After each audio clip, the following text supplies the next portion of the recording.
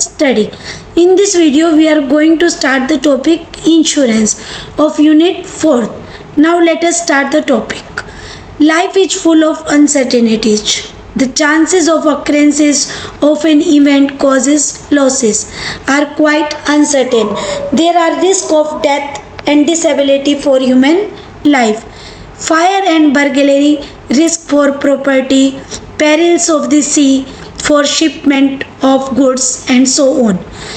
Life जो है full है अनसर्टेनिटी से, चांस बना रहता है, कभी भी कोई इंसिडेंट जो है हो सकता है जिससे लॉसेज हो सकते हैं. रिस्क जो है डेथ होने का हो सकता है, डेथ होने पर या फिर डिसेबिलिटी आ जाना ह्यूमन लाइफ के अंदर. चोरी की कोई भी इंसिडेंट हो सकते हैं, बिजनेस प्लेस पर फायर इंसिडेंट भी हो सकते हैं जिससे कि प्रॉपर्टी लॉस हो सकती है. क्या जब हम सी से कोई भी जो शिपमेंट करते हैं गुड्स की तो कोई रिस्क उत्पन्न हो सकता है जो सी में, तो उससे जो है हमें काफ़ी लॉस हो सकते हैं. तो इन लॉसेस जो अंदर जो ऑर्गेनाइजेशन के अंदर होते हैं, इससे जो ऑर्गेनाइजेशन को जो है काफ़ी लॉस होता है. Right, sometime beyond their capacities to bear the same. और कई बार इन लॉस को बियर करना जो है फर्म की कैपेसिटी के अंदर ही नहीं होता. It is on to minimize the impact of such uncertainties that there is a need for insurance. इन अनसर्टेनेंस करवा लेना चाहिए. तो इट मीन्स इंश्योरेंस क्या है? Insurance is a technique which distribute the risk of one person among many. कि risk तो होगा जो एक पर्सन को कई लोग जो है डिस्ट्रीब्यूट कर लेते हैं जो इंश्योरेंस करवाते हैं. राइट, कि ह्यूमन लाइफ क्या है? अनसर्टेन है. The rule of uncertainty of life applies not only to human beings but also to everything. सब चीज़ों पर जो है अप्लाई होता है लॉस का जो रूल है. कभी प्रॉपर्टी हमारी जो लॉस हो सकती है तो कभी ह्यूमन लाइफ हो सकती है. फॉर इंस्टेंस कि ह्यूमन बींग और property which is present today may not remain in form tomorrow and day after tomorrow. जो आज प्रॉपर्टी हमारे पास वो सेम हो, आगे फ्यूचर में ऐसा रेयर केस हो जाता है क्योंकि अनसर्टेनिटी है. Future is uncertainty. Heavy equipment और assets is not possible unless there is arrangement for covering the risk. कि हमारे पास जो बिजनेस के अंदर एसेट्स होती हैं और जब उनका लॉस हो जाता है तो with the help of insurance हम क्या है सेफ हो सकते हैं. Keeping this in people facing common risk come together and make small contribution to a common fund. तो इंश्योरेंस के अंदर होते हैं कि जो रिस्क कॉमन है उनको कवर करने के लिए जो है रिस्क जब करवाया जाता है तो एक स्मॉल पेमेंट करनी पड़ती है इंश्योरेंस कंपनी को. राइट, और वो जो है पेमेंट जो इकट्ठी होकर एक फंड बन जाता है और जब जिस भी पर्सन को लॉस होता है वो फंड उसे प्रोवाइड किया जाता है. Which helps to separate the loss cause to an individual by particular risk over a number of person who are expose to it. तो इस टाइप से जो उस व्यक्ति को जो है जो लॉस हुआ है उसे पूरा किया जाता है. तो it means insurance is a device by which a loss likely to be caused by an uncertain event is spread over a number of persons who are exposed to it and who prepare to insure themselves against such an event. Right? कि insurance एक device है जिसके अंदर जो loss जो कि uncertainty से arise होता है वो कई लोगों में क्या हो जाता है स्प्रेड हो जाता है. राइट, और जो है पर्सन जो है सेफ हो जाता है. In return for a consideration to pay an agreed amount of money to another party to make a loss. Insurance एक कॉन्ट्रैक्ट है, एक एग्रीमेंट है जिसके अंदर जो एक पार्टी क्या करती है रिटर्न पे करती है. कि उस एक पार्टी जो रिटर्न पे करती है मीन्स जो जिसको हम इंश्योरेंस करवाते हैं इट मीन्स इंश्योरेंस कंपनी. और जो रिटर्न पे कर रही है उसके बदले में उसे जो है प्रीमियम पे करेगी दूसरी पार्टी. राइट, तो लॉस होने पर जो है इंश्योरेंस कंपनी जो है इंश्योर्ड व्यक्ति को जो पेमेंट देगी तो वो क्या है ताकि वो लॉस कवर हो जाए. डैमेज और injury to something of value in which the insured has a precautionary interest as a result of some uncertain event. The agreement contract is put in written and is known as policies. Agreement है ये हमारा insurance, और agreement जो contract है, ये agreement है, ये contract है, ये रिटर्न में होगा, इसको हम पॉलिसीज बोलते हैं. और the person whose risk is insured is called insured. जो रिस्क कराता है, ठीक है, किसी भी प्रॉपर्टी का या लाइफ का, इंश्योर्ड व्यक्ति, उसे इंश्योर्ड बोला जाएगा. Right. And the firm which insures the risk of loss is known as insurer. और जिस फर्म के पास इंश्योरेंस करवाया जाता है, राइट, तो वो क्या है, वो हमारा इंश्योरर बन जाता है. और इस टाइप से जो रिटर्न जो डॉक्यूमेंट होगा उसे हम पॉलिसी बोलते हैं. Right. And the fee charge by the insurer on account of providing service is called premium. उसको हम प्रीमियम बोलेंगे. राइट. फर्स्ट इंश्योरर क्या है? The one who does the insurance, who take the responsibility of risk. Right. और insured the one person whose insurance is done, whose responsibility of risk is taken by the insurer. And premium, the fee charged by the insurer on account of providing services is called premium. यहाँ instalment जो हम पे करते हैं तो उसको हम premium बोलते हैं इंश्योरेंस की लैंग्वेज के अंदर. Right. And fourth is policies. Policy क्या होगी?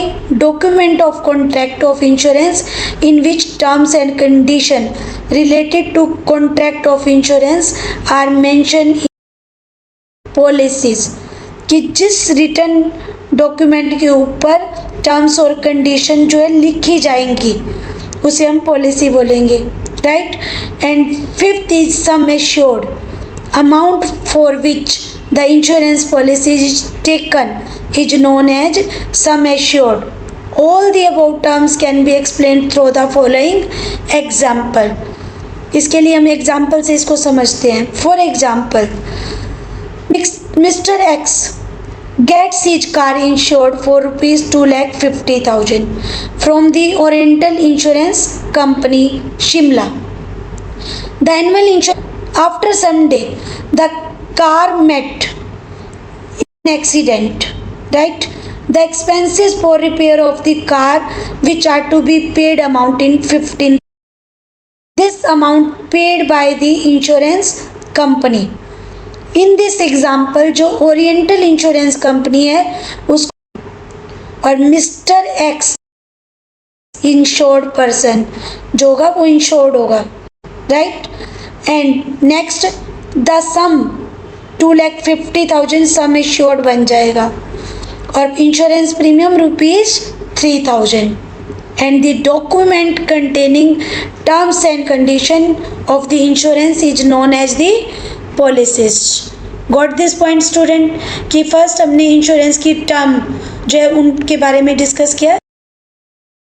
Now we come to the next fundamental principles of insurance. कि कुछ फंडामेंटल प्रिंसिपल भी हैं इंश्योरेंस के. राइट. राइट. नाउ नेक्स्ट की प्रिंसिपल जो है हमें रीड करने हैं one by one. The basic principle of insurance is that an individual और a business concern chooses to spend a definitely known sum in place of a possible जो है its amount involved in an indefinite future loss.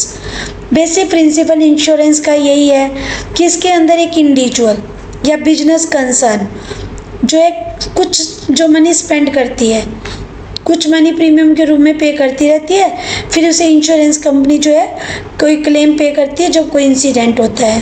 Right. Substitution of a small periodic payment.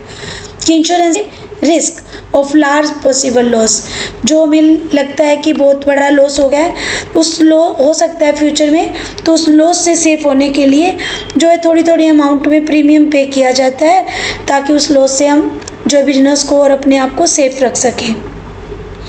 The loss of risk still remains but the loss of is spread over a large number of policy holder exposed to the same risk. ये जो risk है जो loss का risk है जो ये क्या है, इसको हम जो है मिनिमाइज तो कर सकते हैं। कैसे कि हमने रिस्क करवा मीन्स इंश्योरेंस करवा लिया, राइट। और इंश्योरेंस के द्वारा क्या होगा, ये जो लॉस है वो सेपरेट हो जाता है वेरियस पॉलिसी होल्डर के, जो जितने भी पॉलिसी होल्डर जिन्होंने पॉलिसी ली हुई है उनके बीच में क्या है, ये लॉस सेपरेट हो जाता है जिन्होंने सेम रिस्क के लिए ये पॉलिसी ली हुई है, right. The premium paid by them are pulled out of which the loss sustained by any policy holder is compensated. जो प्रीमियम पे किया जाएगा सभी पॉलिसी होल्डर के द्वारा, पुल्ड मीन्स वो इकट्ठा कर लिया जाता है, और जब भी किसी इंश्योर्ड व्यक्ति को जो लॉस होता है तो ये जो अमाउंट कलेक्ट किया गया है पे कर दिया जाता है, right. Thus, risks are shared with other from the analysis of past event. The insurer means insurance company जो है, ठीक है, और एन अंडरराइटर भी बोल सकते हैं, knows the probable losses caused by each type of risk covered by insurance. कि हमने जो है यहाँ एनालिसिस क्या किया, जो पास्ट इवेंट है 20 जो हमने एग्जाम्पल में इंश्योरेंस कंपनी होती है या अंडरराइटर भी बोल सकते हो आप, वो क्या करता है लॉसेस को जितना भी हो कम से कम क्लेम प्रोवाइड करने की कोशिश करेगा। मीन्स जितना भी उसे लगता है कि ये लॉस हुआ है वो प्रोवाइड करने की कोशिश की जाएगी। हर टाइप के रिस्क का क्लेम अलग अलग होता है, राइट।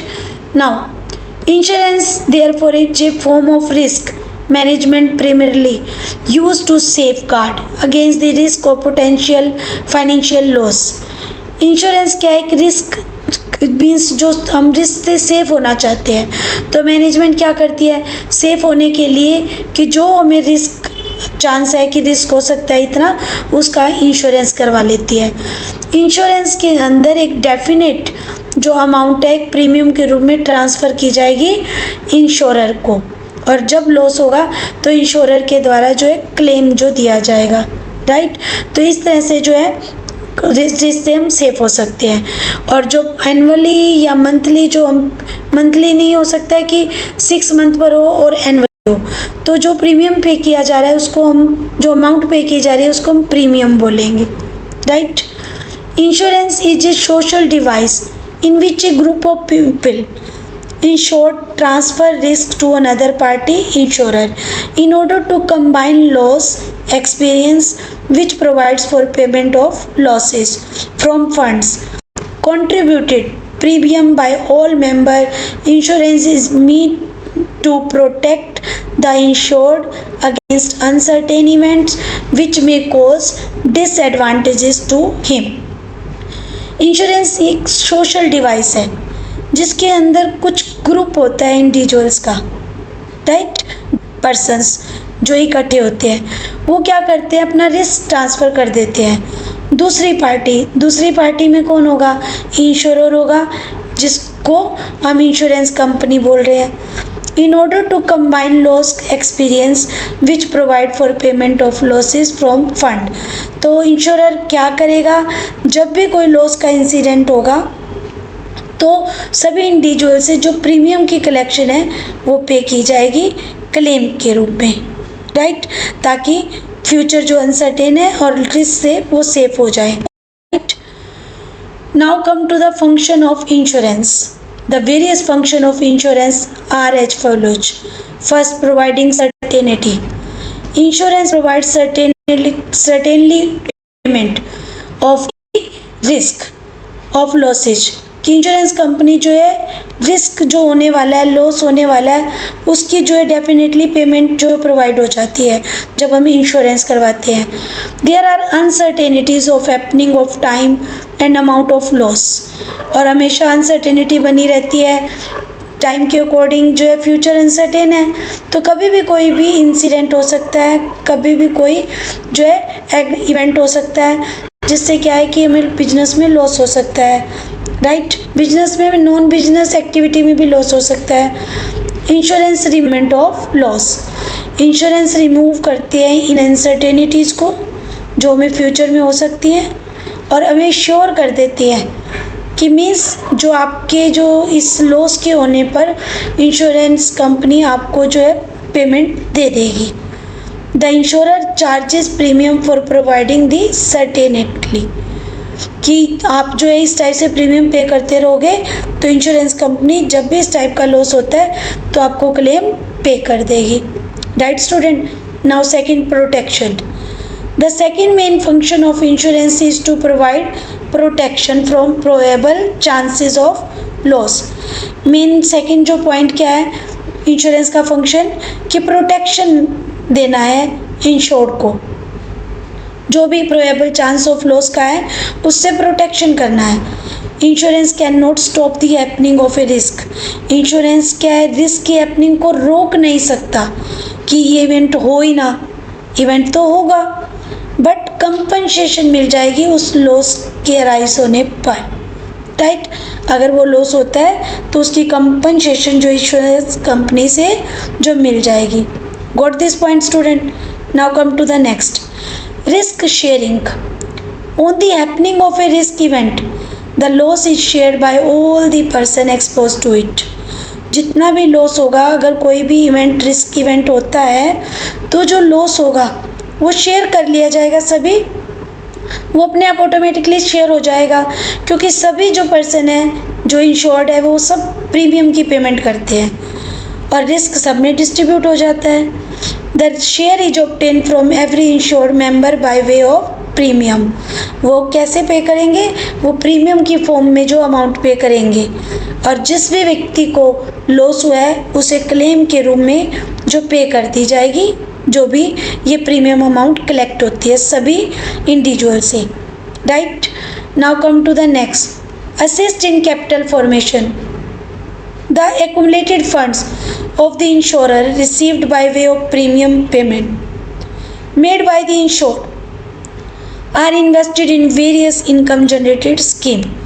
कि जो भी ये फंड कलेक्ट होंगे इंश्योरेंस कंपनी के द्वारा या इंश्योरर के द्वारा in the form of premium paid by the insured, वो फंड क्या है, अगर किसी को क्लेम नहीं पे करना तो वो जो फंड कलेक्ट हुआ है वो इन्वेस्ट कर दिया जाता है, इन्वेस्टिंग एक्टिविटीज़ के अंदर इन्वेस्ट कर दिया जाता है और उससे इनकम जनरेट की जाती है इंश्योरेंस कंपनी के द्वारा।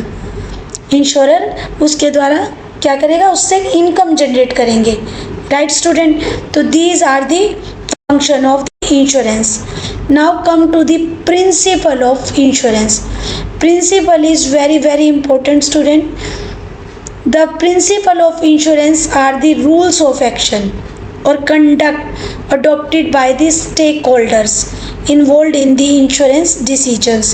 The specific principle consist of the following, कि जो प्रिंसिपल है इंश्योरेंस के वो क्या है, कुछ रूल्स ऑफ एक्शन है जो कि कंडक्ट किए जाते हैं, जो कि स्टेक होल्डर होते हैं उनके द्वारा अडॉप्ट की जाती है। ये रूल्स ऑफ एक्शंस अडॉप्ट किए जाते हैं स्टेक होल्डर के द्वारा जो भी इंश्योरेंस बिजनेस के अंदर इन्वॉल्व है। Specific principle of utmost significance है, किसी भी इंश्योरेंस की वैलिडिटी के लिए मस्ट है कि ये होने चाहिए। First is utmost good faith, कि आपस में इंश्योरर कंपनी को और इंश्योर्ड दोनों का आपस में क्या होना चाहिए, दोनों के आपस में जो गुड फेथ होनी चाहिए, दोनों का आपस में विश्वास होना चाहिए। एक contract of insurance is contract of Embry में जो है फाइडरी मीन्स कॉन्ट्रैक्ट होता है एटमोस्ट गुड फेथ का, कि दोनों कंपनीज को आपस में गुड एक दूसरे पर फेथ होगी, सब बातें शेयर करनी है।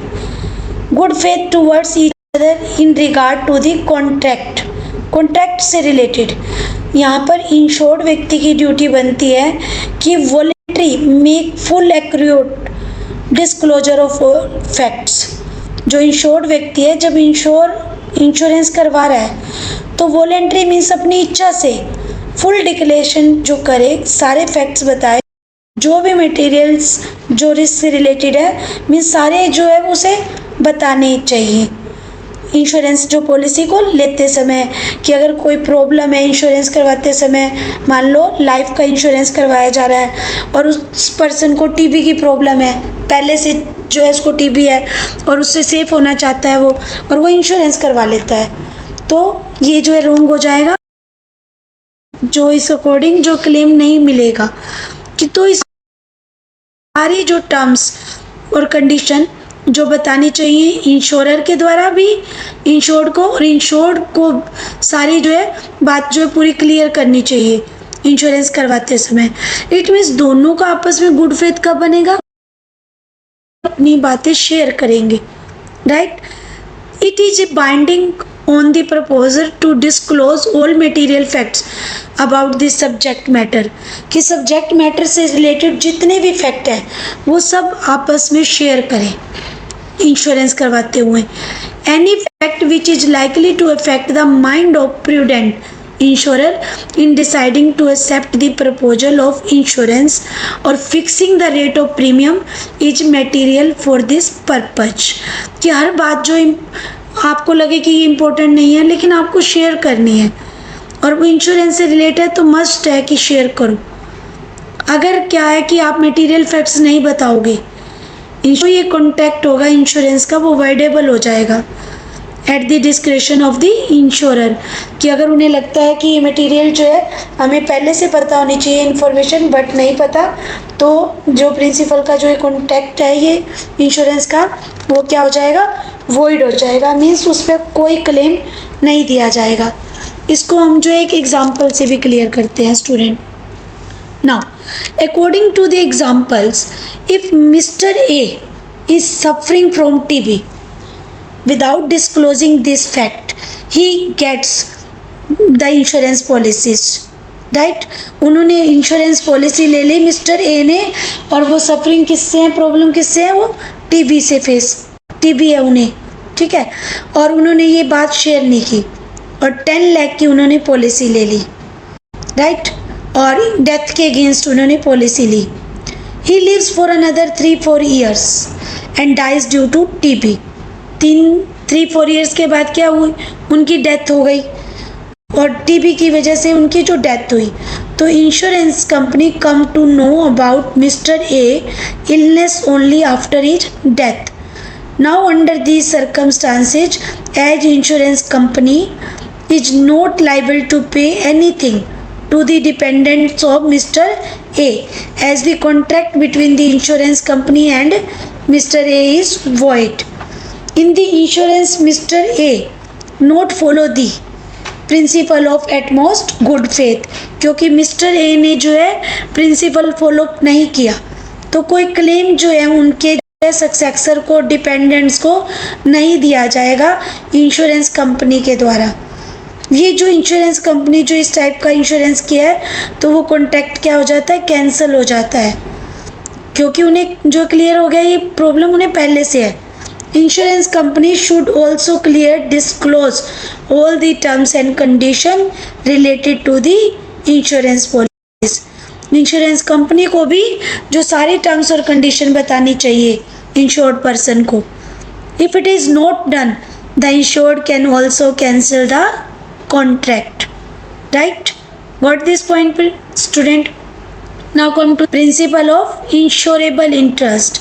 Insurable interest means that there must be such a relationship between the insured and the subject matter of insurance that the insured stands to benefits by its safety and loss by its loss, right. कि valid insurance जो contract होगा उसमें essentially means ज़रूरी है कि insured का full interest होना चाहिए जिस भी प्रॉपर्टी का या लाइफ का इंश्योरेंस करवाया जा रहा है, right. This means if there is any damage of life और प्रॉपर्टी जिसका इंश्योरेंस करवाया जाता है, the insured will have to incur loss due to the damage. Insured को क्या होना चाहिए, लॉस होना चाहिए। The insured will be benefited if full security is being provided. In the absence of insurable interest, insurance contract is void. There are various instances of the insurable interest, like interest of husband and wife in each other, right? A lender interest in his debtor life, owner interest in his property. The insured must have an insurable interest in subject matter of insurance, कि कभी भी जब किसी भी property का loss होता है या लाइफ का करवाया है तो उससे एक्चुअल में लॉस होना चाहिए, right. The principle is that it is not the house, ship, machine, potential liability of life that is insured, but it is the जो है pecuniary interest of the insured in them which is insured. Life भी अगर husband ने wife का insurance करवाया है तो उनका इंटरेस्ट होना चाहिए। अगर वाइफ को अगर कोई प्रॉब्लम हो जाती है तो उनको लॉस होना चाहिए एक्चुअली में। तो यहाँ पर बेनिफिट अचीव करने के लिए इंश्योरेंस नहीं करवाया जाता, बल्कि इंश्योरेंस करवाया जाता है कि जब इस टाइप का कोई भी इवेंट या इंसिडेंट होता है तो एक्चुअल में उन्हें लॉस होना चाहिए, right. For example, a trustee holding property on behalf of other has an insurable interest in the property, कि जब प्रॉपर्टी का लॉस होता है तो उनका एक्चुअली में लॉस होना चाहिए, right. In case of life insurance, a husband gets his wife insured. Later on, he divorced his wife. With the divorce, he does not have any insurable interest in the former wife. Now, the insurance contract will not be held void only on such a condition, right? कि अगर कोई property का करवाया है तो उसमें insurable interest insurance करवाते हुए भी और इंश्योरेंस क्लेम जब लॉस हुआ है क्लेम लेते हुए भी दोनों समय होना चाहिए। बट अगर लाइफ का करवाया हुआ है तो ओनली पॉलिसीज लेते समय इंश्योरेबल इंटरेस्ट होना चाहिए। गॉट दिस पॉइंट स्टूडेंट, कि प्रॉपर्टी है तो दोनों at the time of purchase the policy और at the time of receiving the claim दोनों समय इंश्योरेबल इंटरेस्ट होना चाहिए। और अदरवाइज जो है अगर लाइफ इंश्योरेंस करवाया जाता है तो eight the time of purchase होना चाहिए, उसकी जो है लॉस के समय जो इंश्योरेबल इंटरेस्ट का कोई पॉइंट जो राइज नहीं होता, right. Now come to the third principle, indemnity, principle of indemnity. All insurance contract of fire or marine insurance are contract of indemnity. According to it, the insurer undertakes to put the insured in the event of loss in the same position that he occupied immediately before the happening of the event insured against it. कि जितने भी insurance contract होंगे, चाहे वो fire का हो चाहे marine means सी root से जो भी लॉस होते हैं, अगर उनका इंश्योरेंस करवाया जाता है तो उस पर कॉन्ट्रैक्ट कौन सा है, इंडेमनिटी का अप्लाई होता है। मीन्स क्षतिपूर्ति होना, कि जितना क्लेम हुआ है वो कवर हो जाना, जितना लॉस हुआ है वो क्लेम के रूप में कवर हो जाना। अकॉर्डिंग टू दिस प्रिंसिपल्स के अंदर क्या होता है कि जब कोई लॉस होता है और लॉस होने से जब इंश्योरेंस कंपनी क्लेम प्रोवाइड कर देती है, राइट, तो इंश्योर्ड पर्सन जो है सेम उसी सिचुएशन में आ जाता है जो उसके लॉस से पहले सिचुएशन थी। तो प्रिंसिपल इंडेमनिटी क्या होता है कि इतना क्लेम इंश्योर्ड को कि वो पहले जैसी सिचुएशन उसको फिर से जो गोट हो जाए, मीन्स उसको मिल जाए जो उसकी लॉस होने से पहले होती है, राइट। मीन्स क्षतिपूर्ति होगी, जो लॉस हुआ वो कंप्लीट इंश्योरेंस कंपनी ने जो है क्लेम के रूप में पूरा कर दिया, right. It means the principle of indemnity is not applicable to life insurance. Very important line, note down this line student. Principle of indemnity is not applicable to life insurance. Principle of indemnity life insurance पर applicable नहीं होता, क्योंकि human being बेटा उनकी life क्या है, precious है। Life का एस्टिमेशन हम नहीं लगा सकते कि किसी पर्सन की डेथ हो गई तो उसका हम एस्टिमेट लगा दें कि 5 लाख है या 4 लाख है, नो। लाइफ तो सबकी क्या है, प्रीसियस है, तो उसका हम एस्टिमेट नहीं लगा सकते कि हम उसको इतना लॉस प्रोवाइड कर दें और वो पहले वाली सिचुएशन में आ जाएगा, ऐसा नहीं हो सकता, राइट, कि हम उसके जो है सक्सेसर को या जो भी उसका हायर पर्सन है उसको अगर हम इतना लॉस दे दें, क्लेम दे दें, तो वो पहले वाली सिचुएशन में आ जाए तो हम उसकी लाइफ को एस्टिमेट नहीं कर सकते। इसलिए इंडेमनिटी जो प्रिंसिपल है वो लाइफ इंश्योरेंस पर एप्लीकेबल नहीं होता। Got this point student? Come to the next, proximate coverage. According to this principle, an insurance policy is designed to provide compensation only for such losses as are caused by the perils which are stated in the policies. इस principal के according insurance policy के according जो insurance company है वो उतनी compensation देगी जितना loss होता है जो टर्म्स और कंडीशन जो पॉलिसीज में लिखी गई हैं, राइट।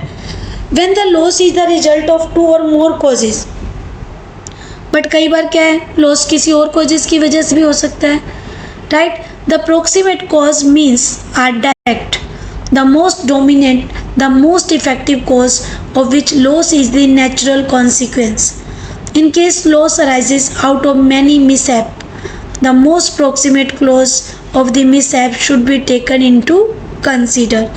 कि अगर उसका जो और कोई रीजन है लॉस होने का और वो उसके बिल्कुल नियर अबाउट था, प्रोक्सीमेट है, और उससे जो है इस टाइप की जो है मिसहैपनिंग हुई है तो उससे भी क्लेम जो प्रोवाइड किया जाएगा, राइट।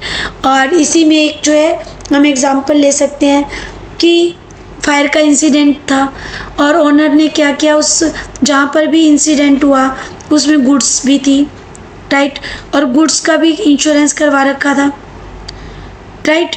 और उन्होंने क्या किया, जब फायर इंसिडेंट हुआ गुड्स पहले ही वहाँ से स्टॉल मीन्स या तो चोरी कर ली वहाँ से किसी एम्प्लॉय ने, या फिर गुड्स वहाँ से जो है अलग प्लेस पर सेफली पहुँचा दी और फिर क्लेम की डिमांड की, तो क्लेम नहीं मिलेगा, राइट। तो इससे ये नहीं है कि बेनिफिट उठाने की कोशिश नहीं होनी चाहिए, किसी भी पॉलिसीज़ का बेनिफिट उठाया जाए ऐसा नहीं होना चाहिए, क्लेम जो है रिसीव किया जाए जब लॉस हो। Fifth is subrogation. It refer to the right of the insurer to stand in the place of the insured after settlement of a claim, so far the right of insured in respect of recovery from an alternative source is involved.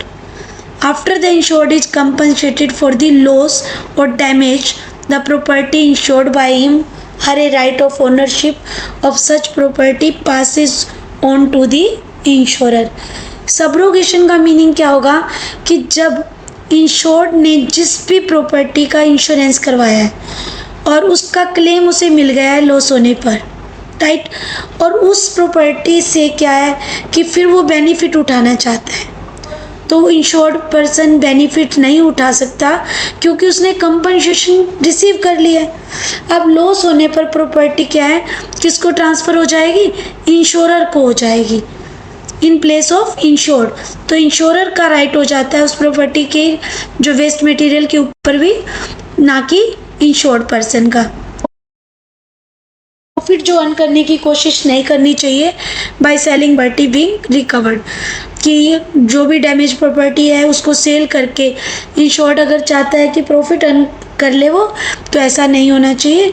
जो भी damage property है वो किसको transfer होनी है, अब वो insurance company को ट्रांसफ़र होनी है, right. 6 contribution. As per this principle it is the right of an insurer who has paid claim under an insurance to call upon other liable insurance to contribute for the loss of payment। As per contribution जो principle क्या कहता है कि जो claim दिया जाएगा जिसका insurance करवाया प्रॉपर्टी का और उसका लॉस हुआ है तो क्लेम मिलेगा जो वो, जब भी मान लो एक इंश्योर ने जो पॉलिसी ले रखी थी कई इंश्योरेंस कंपनी के पास ले रखी थी, राइट, जैसे डबल इंश्योरेंस का केस है कि डबल इंश्योरेंस करवा रखा है और वो चाहता है कि क्लेम दोनों से मिल जाए पूरी अमाउंट का, तो ऐसा नहीं होगा। जो क्लेम मिलेगा वो प्रोपोर्शन अमाउंट मिलेगा, इन कंट्रीब्यूशन के अकॉर्डिंग मिलेगा, राइट, कि कंट्रीब्यूशन मीन्स जितना भी क्लेम कैसे मिलेगा। फॉर एग्जांपल कि person gets his house of 12 lakh insured from 3 insurance company, 2 lakh, 4 lakh and 6 lakh. 3 insurance company से जो है क्लेम करने जो पॉलिसी ली हुई थी 2 लाख का करवाया हुआ था फर्स्ट इंश्योरेंस कंपनी, सेकंड के पास 4 लाख का और थर्ड के पास 6 लाख का। At the time of occurrence of losses the compensation will be paid by the insurance company in a ratio of 1:2:3। जो कंपनसेशन मिलेगा वो रेशियो में मिलेगा तीनों कंपनी से, ना कि पूरी अमाउंट का, right. The principle of contribution does not apply to the life insurance policies. A person can take any number of policies and at the expiry of the policies he get the full amount of the policies, right student? Now come to the next, mitigation. Mitigation means loss को minimise करें, ना कि उसे जो होने दे। The principle states that it is the duty of the insured to take reasonable steps to minimize the loss। कि एक principal जो ये क्या कहता है कि इंश्योर्ड की ड्यूटी बनती है कि जब कोई भी डैमेज हो रहा है प्रॉपर्टी का जो इंश्योर्ड है, तो उसकी प्रॉपर्टी के जो लॉस हो रहा है उसको मिनिमाइज करने की कोशिश करें। Suppose goods kept in a store house catch fire, then the owner of the goods should try to recover the goods and save them from fire to minimize the loss or damage, right? कि अगर कोई fire incident हुआ है, goods रखी हुई हैं store में और ओनर को क्या है ट्राई करना चाहिए कि किस टाइप से गुड्स को सेफली जो है वहाँ से जो बाहर कर सके उस फायर प्लेस से, ताकि फायर के इंसिडेंट से गुड्स को बचाया जा सके और रिस्क मिनिमाइज किया जा सके। The insured must behave with great prudence and not be careless. Careless नहीं होना चाहिए बल्कि उस रिस्क को कम करने के लिए एफर्ट करने चाहिए, राइट। ये नहीं है कि उसे ये लगे कि इंश्योरेंस कंपनी तो क्लेम दे देगी, इंश्योरेंस क्लेम मिल जाएगा, उन्हें दो लॉस, नो। ये तब प्रिंसिपल क्या कहता है कि लॉस को मिनिमाइज करने की कोशिश करनी चाहिए। If reasonable care is not taken like any prudent person then claim from the insurance company may be lost. कि अगर इस टाइप के क्लेम की होप से जो इंश्योर्ड पर्सन है वो रिस्क को मिनिमाइज करने की कोशिश नहीं करता, तो इंश्योरेंस कंपनी क्लेम प्रोवाइड नहीं करेगी, तो ये क्लेम नहीं मिलेगा, right student? These all are the principles of insurance. I hope you all understood these principle. This is all about today class. We will meet in next class, next video with next topic, right? Thank you. Have a nice day.